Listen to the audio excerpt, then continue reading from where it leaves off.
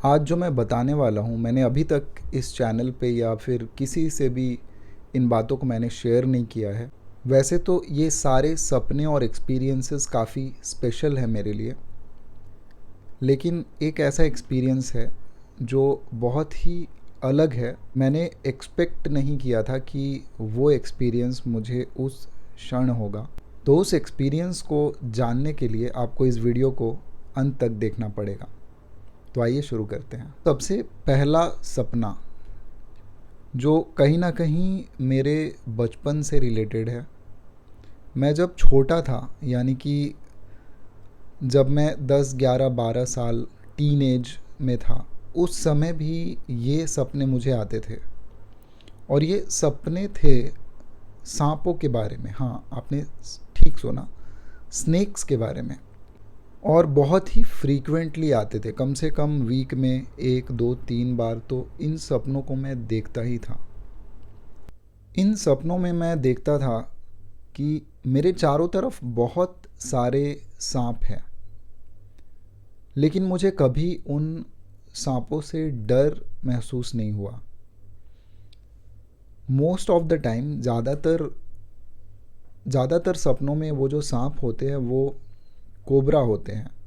और वैसे तो सारे ही सांपों को मैंने अपने सपनों में देखा है। मतलब मैं बयान नहीं कर सकता कि कौन कौन से सांपों को देखा है, मुझे याद भी नहीं है ठीक से, लेकिन ऑलमोस्ट सारे स्पीशीज़, सांपों के जितने भी स्पीशीज़ है वो सारे कभी कभी एक ही सपने में बहुत सारे सांप दिखाई पड़ते थे, कभी कभी 1 या 2 सांप ही दिखाई पड़ते थे।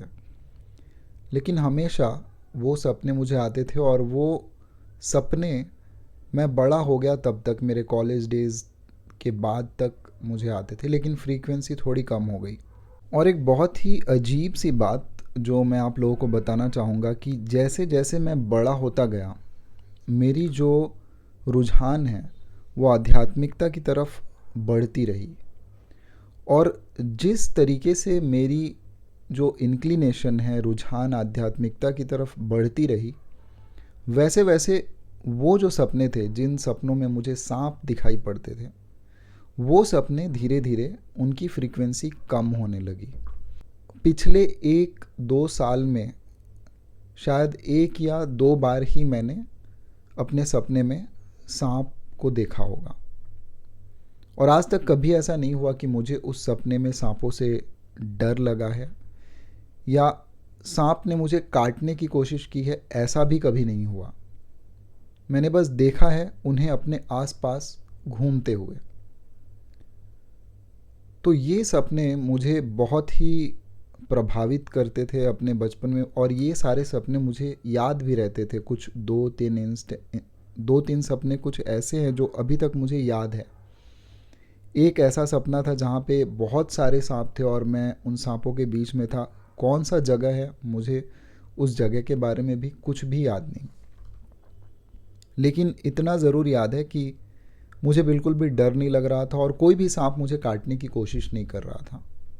और हर बार जब भी ये सपने मुझे आते थे, मैं जहाँ भी हूँ, मुझे कभी किसी सांप ने सपने में काटने की कोशिश नहीं की, और ना ही मुझे उनसे डर लगा है।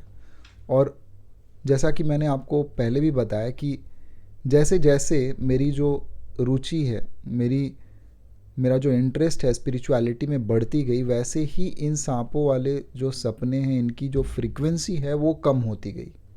अब इसका क्या रिलेशन है मेरे स्पिरिचुअल जर्नी से, ये ठीक तरह से मैं अभी भी बता नहीं सकता, लेकिन जो रिसर्च मैंने किया इस बारे में, तो मुझे ये समझ में आया कि सांप कहीं ना कहीं इंडिकेट करते हैं कुंडलिनी एनर्जी के बारे में, स्पिरिचुअल अवेकनिंग या बिगनिंग के बारे में। तो शायद ये भी हो सकता है, मुझे ठीक से पता नहीं, आप मुझे कमेंट करके बता सकते हैं कि एग्जैक्टली क्या हो सकता है। लेकिन जो मैंने पढ़ा है उस हिसाब से, वहाँ पे जो भी मैंने रिसर्च किया और जो भी मैंने पढ़ा, वहाँ पे यही लिखा था कि जैसे जैसे आपकी जो स्पिरिचुअल इंटरेस्ट है उसको जगाने के लिए हो सकता है आपके सपने में सांप आए, और वो कुंडलिनी एनर्जी को डिपिक्ट करते हैं। तो ये कनेक्शन मुझे दिखता है इन सपनों का मेरे स्पिरिचुअल जर्नी से। और अभी वे सपने मुझे अभी आते नहीं हैं। अभी मैं दूसरा इंस्टेंस आपको बताने जा रहा हूँ, जो स्पेशल सपना जो मुझे याद रहा, और ये ज़्यादा पुरानी बात नहीं है। ये जो सपना हुआ था मेरे साथ, ये तब की बात है जब मैंने ज़ेन योगा 2-3 बार पढ़ ली थी। मैं ज़ेन योगा की प्रैक्टिसेस करता था, और उस समय मुझे एक सपना आया था कि मैं कहीं जा रहा हूँ, मैं बाहर हूँ, मैं किसी पब्लिक ट्रांसपोर्ट में हूँ। वो एक लंबी सी कोई गाड़ी थी, बस या ट्रेन जैसी, ट्रेन के बोगी या बस जैसी। लेकिन मुझे याद है कि उस व्हीकल में, उस सवारी में और कोई था नहीं। और उसके अंदर, जैसा कि मुझे याद है, मुझे अभी भी ठीक से याद है कि उसके अंदर बहुत सारी ब्राइटनेस थी। जैसे अर्ली मॉर्निंग की जो ब्राइटनेस होती है, वैसी ब्राइटनेस थी उस व्हीकल में। और उस व्हीकल में कोई एक व्यक्ति मेरे साथ था, और उस एक व्यक्ति के अलावा और कोई भी नहीं था वहाँ पे। और मैं उसी व्यक्ति के साथ जा रहा था उस व्हीकल में, और वो मुझे कहीं ले जा रहे थे। मुझे याद नहीं है कि वो कौन थे, मैं उन्हें पहचान नहीं पाया कि वो कौन थे।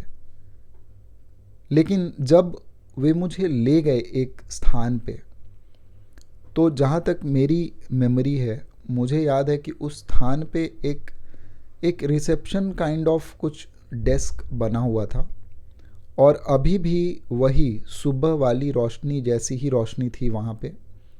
और दूर दूर तक मुझे कुछ वहाँ पे दिख नहीं रहा था, मतलब कुछ था ही नहीं, बिल्कुल एक खाली सा एटमॉस्फेयर जैसा दिख रहा था, सफ़ेद आसमान की तरह, खुला आसमान था। लेकिन वहाँ पे एक रिसेप्शन था, जो मुझे अभी भी याद है कि शायद वो दाहिने तरफ में था मेरे।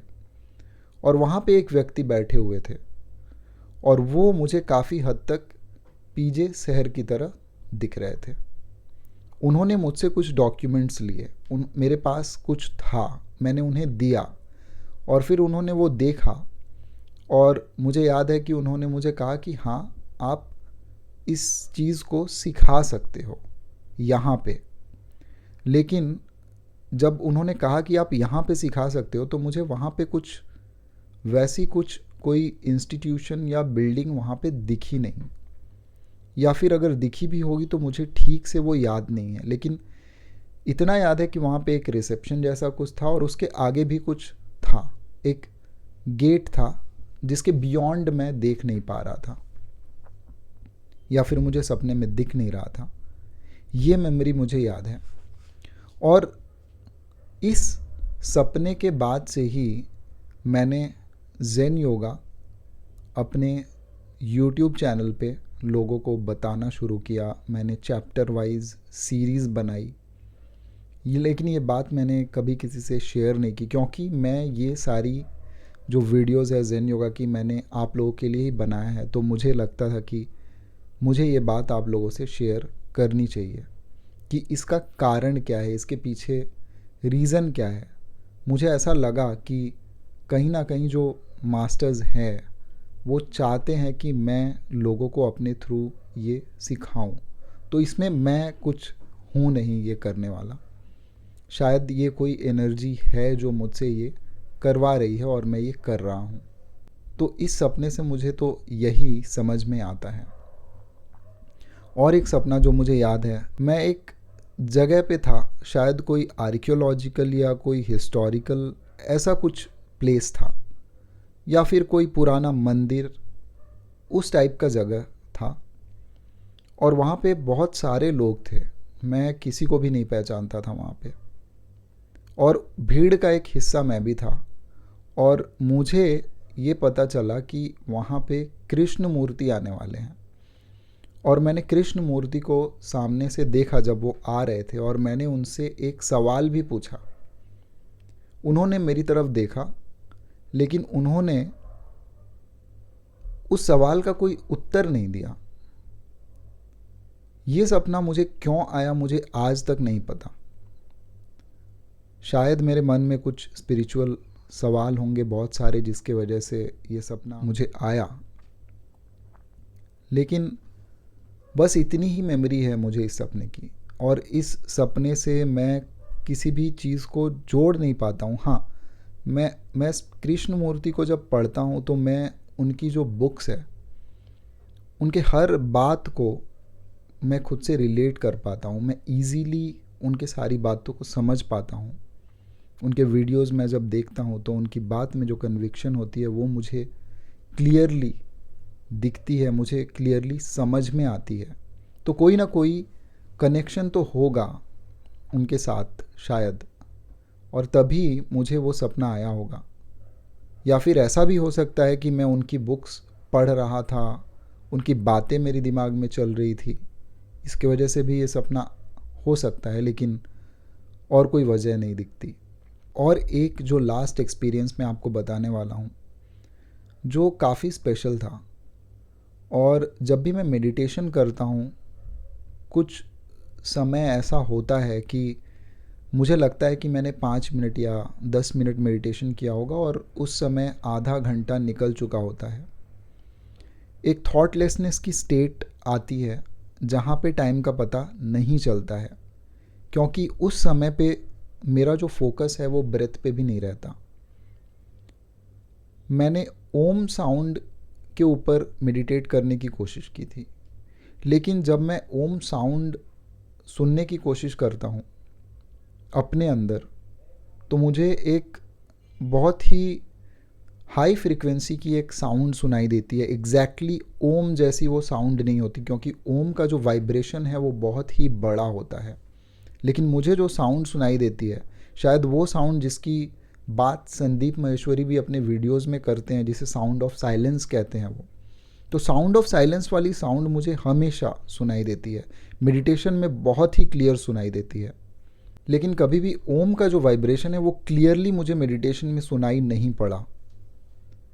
लेकिन ये एक्सपीरियंस मेरे साथ तब हुआ जब मैंने कभी एक्सपेक्ट नहीं किया कि ये मेरे साथ होगा, और ये कुछ ही दिनों पहले की बात है। ये समय हो रहा था सुबह के 3:30 बजे। मैं सो रहा था और तभी 3:30 या 3:45 बजे के करीब मेरे घर की जो लाइट है वो चली गई। यानी कि फ़ैन पूरी तरीके से बंद हो गया, पूरे एरिया में लोड शेडिंग हो गया और एक पिन ड्रॉप साइलेंस हो गया। मुझे याद है कि मेरा जो सर है वो मेरे तकिए के ऊपर था और ये जो कान है तकिए से लगा हुआ था।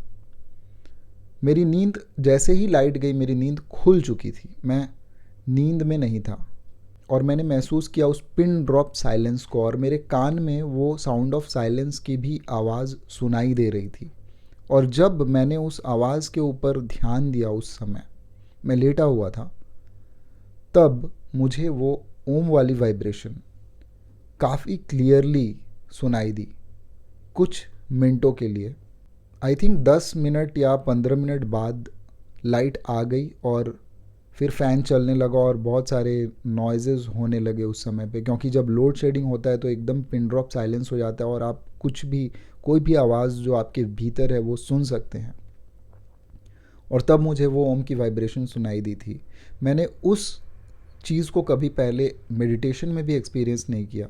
शायद सराउंडिंग नॉइज़ के वजह से नहीं हुआ होगा, लेकिन उस समय मैंने उस चीज़ को क्लियरली महसूस किया, जब मैंने एक्सपेक्ट भी नहीं किया था कि ऐसा ओम का वाइब्रेशन मुझे सुनाई दे सकता है जब मैं बेड पे लेटा हूँ। और कोइंसिडेंटली मुझे पता नहीं क्यों वो जो टाइम था वो भी ब्रह्म मुहूर्त का ही था, क्योंकि जब लाइट गई थी मुझे लगा कि शायद रात है, लेकिन जैसे ही लाइट आई मैंने देखा कि अब धीरे धीरे जो बाहर की लाइट है वो भी आ रही है उसके बाद, क्योंकि बहुत देर तक मुझे नींद नहीं आई थी लाइट आने के बाद भी। तो मुझे समझ में आया कि मैंने उस वाइब्रेशन को ऐसे क्लियरली सुना है। इसके बाद मुझे और एक बात समझ में आई कि क्यों लोग जाते हैं केव्स में, पहाड़ पे ब्रह्म मुहूर्त के समय, क्यों योगी लोग वहाँ पे मेडिटेशन करते हैं, क्योंकि तब पिन ड्रॉप साइलेंस होती है और वहाँ पे वो अपने अंदर की जो साउंड है, जिसे ओम कहते हैं, जिसे गॉड का साउंड कहते हैं, उस साउंड में वो पूरे तरीके से डूब सकते हैं और उसके थ्रू वो आत्मज्ञान को प्राप्त कर सकते हैं। जो भी कुछ छोटे मोटे एक्सपीरियंसेस मुझे होंगे, मैं कोशिश करूँगा आपसे शेयर करने की, जो शेयर करने लायक होगी। ऐसे तो बहुत सारे एक्सपीरियंसेस मैं अपने तक ही रखता हूँ, मैं शेयर नहीं करता, लेकिन ये कुछ एक्सपीरियंसेस ऐसी थी जो मुझे लगा कि मुझे आपसे शेयर करना चाहिए, क्योंकि मैं अपने स्पिरिचुअल जर्नी की ऑलमोस्ट सारी बातें आपको सिखाने की, बताने की कोशिश करता हूँ। लेकिन कुछ एक्सपीरियंसेस ऐसी भी होनी चाहिए जो अपने तक रहनी चाहिए। तो मैं कोशिश करूँगा कि जो भी एक्सपीरियंसेस मैं आपको शेयर कर सकूँ, जो बताने लायक हो, मैं बताऊँ, ताकि आप भी उन एक्सपीरियंसेस से कुछ इंस्पिरेशन लें और अपने स्पिरिचुअल जर्नी में आगे बढ़ सकें। और आप भी अपने आपको जो भी सपने आते होंगे शायद, तो उन सपनों में भी कुछ ना कुछ छिपा हुआ मैसेज होगा, कोई स्पिरिचुअल मैसेज होगा, जो शायद आप मेरे सपनों के बारे में सुन के शायद आप भी डिकोड कर पाएँ। और आप मुझे कमेंट करके ज़रूर बताइएगा कि जो भी मैंने एक्सपीरियंसेस आपको बताए, उनमें से कुछ भी एक्सपीरियंस आपको कॉमन मिला या नहीं। क्या आपने कभी ओम की साउंड सुनी है अपने मेडिटेशन में? तो आप मुझे ज़रूर कमेंट करके बताइएगा। दोस्तों, आज के लिए इतना ही। मिलते हैं अगले वीडियो में। नमस्ते।